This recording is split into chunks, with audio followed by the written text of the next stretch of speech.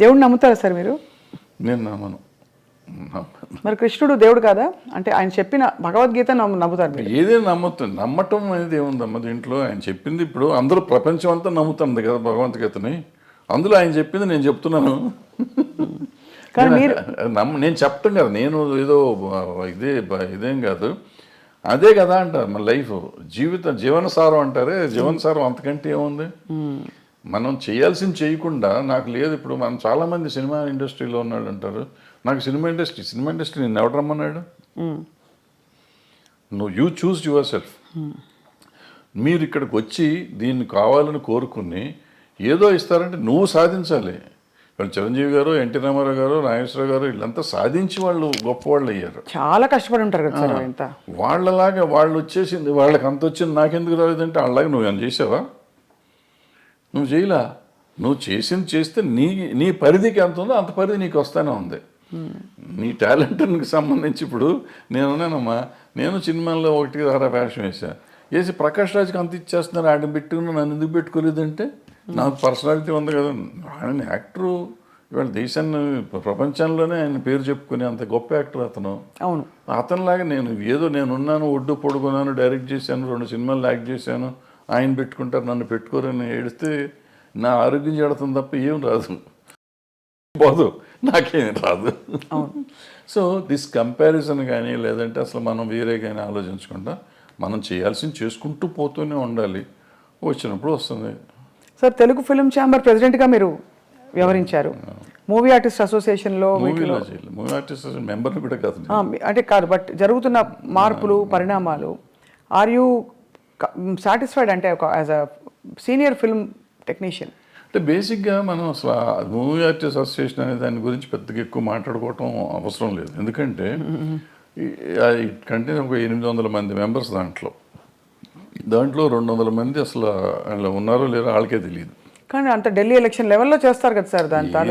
ఊరికి చేసుకుంటారు వీళ్ళు, చేస్తారు, అనవసరం, చేయాల్సిన అవసరం లేదు. అది ఈవెన్ ఛాంబర్ ఎలక్షన్ కూడా నేను మొన్న లాస్ట్ బిఫోర్ ఇయర్ ఎప్పుడు జరిగితే ఎందుకు చేస్తున్నారంటే దాన్ని పోయే కాలం వచ్చిందని తిట్టొచ్చారు, మీడియా ముందే తిట్టొచ్చాను ఆ రోజు. అంతే, మనకి ఏదో సరదాగా ఎలక్షన్ చేసుకోవాలి తప్ప దీంట్లో రూపాయి వచ్చేది లేదు ఎవరికి. ఫస్ట్ పాయింట్ మన టైం వేస్ట్. బట్ నువ్వు సర్వీస్ చేద్దామని వచ్చినప్పుడు డబ్బులు ఎందుకు ఖర్చు పెడతావు? నువ్వు చేసే సర్వీసే ఎక్కువ, సర్వీస్ చేస్తున్నావు. సర్వీస్ చేస్తానికి వచ్చి నువ్వు ₹1 ఖర్చు పెట్టి నువ్వు వస్తే నీ మోటివ్ ఏంటి? నీ మోటివ్ సర్వీస్ మోటివ్ కాదు. ఇంకా పవర్ వల్ల వచ్చేది కూడా ఏం లేదు. ఏముంటాం పవర్ వల్ల? మ్యాక్సిమం ఎప్పుడన్నా చీఫ్ మినిస్టర్ ఇంకోళ్ళు పిలిస్తే మీటింగులకు పిలిచినప్పుడు వెళ్ళి కూర్చుంటే ఏమిస్తారు అక్కడ, అటుకులను జీడిపప్పు ఇస్తారు, అంతే, ఒక కప్పు కాఫీ ఇస్తారు. దానికోసం నువ్వు తాపత్రయపడతావు ఎందుకు? అంటే ఆల్రెడీ నీకు ఆ వాల్యూ ఉంది. నిన్ను ముఖ్యమంత్రి గారు పిలిచే లెవెల్ మీరు ఉన్నారు, ఆల్రెడీ పెరిగే ఉన్నారు. ఇవాళ దానికోసం కొట్టుకోవాల్సిన అవసరం లేదు కదా. ఏ పిచ్చి పనులు అంతా. సో అయితే అదే, బట్ వివాదాలు మాత్రం వారానికి ఒకటి వస్తుంది. Jani master issue, Raj Tarun Lavanya issue, అవన్నీ ఇప్పుడు ఇంతమంది ఉన్న ఇండస్ట్రీలో ఇష్యూస్ ఉంటా ఉంటాయి. ఆ ఇష్యూని మనం సీరియస్గా తీసుకోకపోవటం అనేది మనం ఆలోచించుకోవాలి. ఏదో ఉంటాయి, ఉన్నప్పుడు దానికి పెట్టుకోవటం. సార్ మోహన్ బాబు గారి ఇంట్లో జరిగిన తగాదాలు ఏవైతేనా మీరు ఒక అంటే టెక్నీషియన్గా, సినిమా ఇండస్ట్రీ వ్యక్తిగా మీరు సమాధానించి చెప్పారా? ఎవరికి? ఆయనతోనా? ఆయనతో ఇది ఏదో అది పర్సనల్గా ఒకవేళ నేను మాట్లాడినప్పుడు నేను పబ్లిక్లో చెప్పకూడదు కదా. ఇప్పుడు నేను నిజంగా వాళ్ళ వెల్విషర్ని అయితే ఒకవేళ నేను వెళ్ళి అక్కడ ఏళ్ళు పెట్టుంటే, పెట్టానా లేదా అనేది తర్వాత సంగతి, పెట్టుంటే అక్కడ ఏం జరిగింది ఇక్కడికి వచ్చి ప్రమోషన్ కాదు, ఏం జరిగింది కాదు సార్. బట్ అసలు అంటే అది బాగా బహిరంగంగా అయిపోయింది కదా, వాళ్ళే మీడియాకి వచ్చారు. ఇప్పుడు వాళ్ళు బహిరంగంగా ఉన్నారు, నేను బహిరంగంగా ఉండకూడదు. నేనని కాదు, ఎవరైనా కానీ, ఎవరు ఇంటర్ఫియర్ అయినా కానీ, ఇంటర్ఫియర్ అయిన వాళ్ళు బయటకు వచ్చి ఇట్ట జరిగిందని చెప్తే ఇక వాళ్ళు పెద్ద మనిషి ఎట్ అవుతారు వాళ్ళు. ఫస్ట్ పాయింట్ అది తప్పు. రెండోది అటువంటివి జరగటం విచారకరం. అందులో మన వాళ్ళు కావాల్సిన వాళ్ళు, పిల్లలు మంచివాళ్ళు, తండ్రి మంచివాడు, ఈ రకాల ఎందుకు సమస్య వచ్చిందని నాకైతే అర్థం కాలేదు. నాతో అందరూ బాగుంటారు, 4-3 పిల్లలు బాగుంటారు, ఆయన బాగుంటారు, మోహన్ బాబు గారు బాగుంటారు, అందరూ వెరీ నైస్ పీపుల్. చాలా మర్యాదగా నాతో చాలా అంకుల్ అంటారు పిల్లలు, ఆయన తమ్ముడు అంటూ ఉంటాడు. వాళ్ళ ఇంట్లో అట్లా జరిగిందంటే నాకు నిజంగా బాధగా ఉంది. I just really wanted to go and speak, but ఏమో ఎందుకు డెలికసీస్ వాళ్ళవి మనకి ఎందుకని నేను అడగలేదు. మొత్తానికి సార్ అయితే ఇప్పుడు అంటే there is a lot of turmoil going on around అనిపిస్తుంది సమాజం చూస్తుంటేనే. అన్ని చోట్ల ఉందమ్మా. సమాజంలోని తేడా వచ్చేసింది. అది ఎందుకు వచ్చింది అంటే మార్పు ఇప్పుడు మానవత విలువలు అనేవి పోయినాయి చాలా చోట్ల. మనం విలువల గురించి మాట్లాడతాం కానీ విలువలే లేవు ఇప్పుడు. ఇంతకుముందు అనుకున్నాం శీలం అనేది విలువ, ఆత్మీయతలు, మన సంబంధాలు, మానవత సంబంధాలు విలువలు ఉండేవి. ఇప్పుడు అవన్నీ పోయినాయి.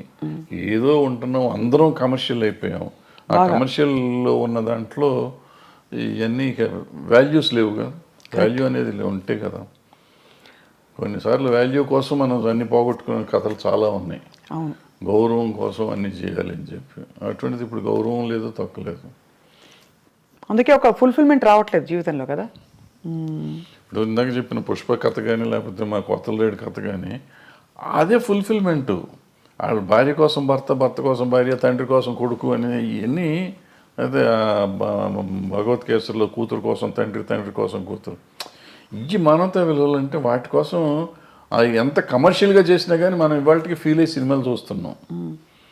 బట్ దానికి వాల్యూ ఉంది. బట్ ఆ వాల్యూ మన జీవితంలో ఇవ్వలేకపోతున్నాం. సినిమాల్లో చూసి మనం సినిమా ప్రొడ్యూసర్కి డబ్బులు ఇస్తున్నాం కానీ మన జీవితంలో మన తల్లిదండ్రులకు కానీ మన భార్య పిల్లలకు కానీ మనం ఆ సుఖం అన్నదమ్ములకు కానీ అక్క చెల్లెళ్ళకి కానీ మనం ఆ ఫీలింగ్ ఇవ్వలేకపోతున్నాం.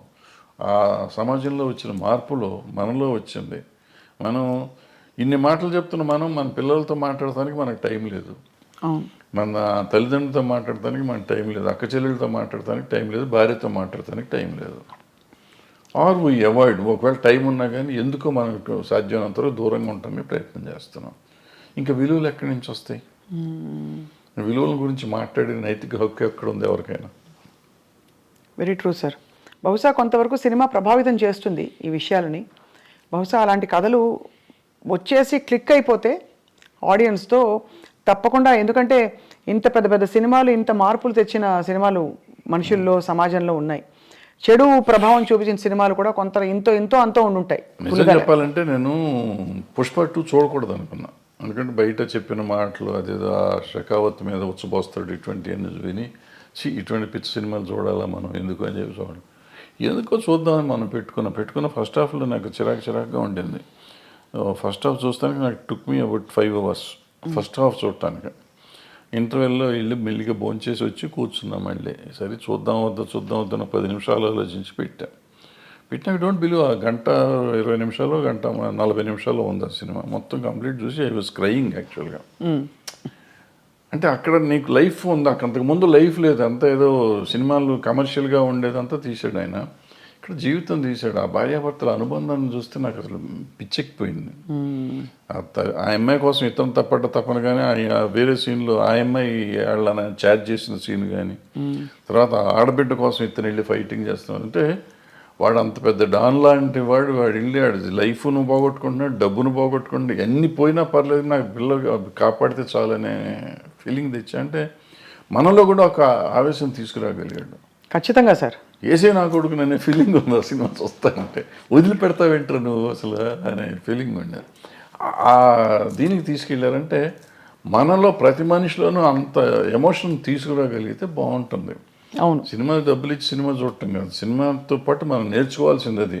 మనం అది వదిలిపెట్టేస్తాం. దాంట్లో వాడు స్మగ్లింగ్ ఎలా చేశాడు, ఎలా దొంగతనం చేశాడు, ఎవరిని చంపాడు, ఎలా చంపాడు, అల్లు అర్జున్ కత్తితో కొట్టాడా చంపాడా, ఇది ఆలోచిస్తాం. అల్లు అర్జున్ అనే క్యారెక్టర్ రష్మిక అనే క్యారెక్టర్ని ఎంత బాగా ప్రేమించాడు, రష్మిక అనే క్యారెక్టర్ అల్లు అర్జున్ అనే క్యారెక్టర్ని ఎంత బాగా ప్రేమించింది, అంటే నా క్యారెక్టర్స్ ఒరిజినల్ని అనేది మనం ఆలోచిస్తున్నాం. Very very true sir.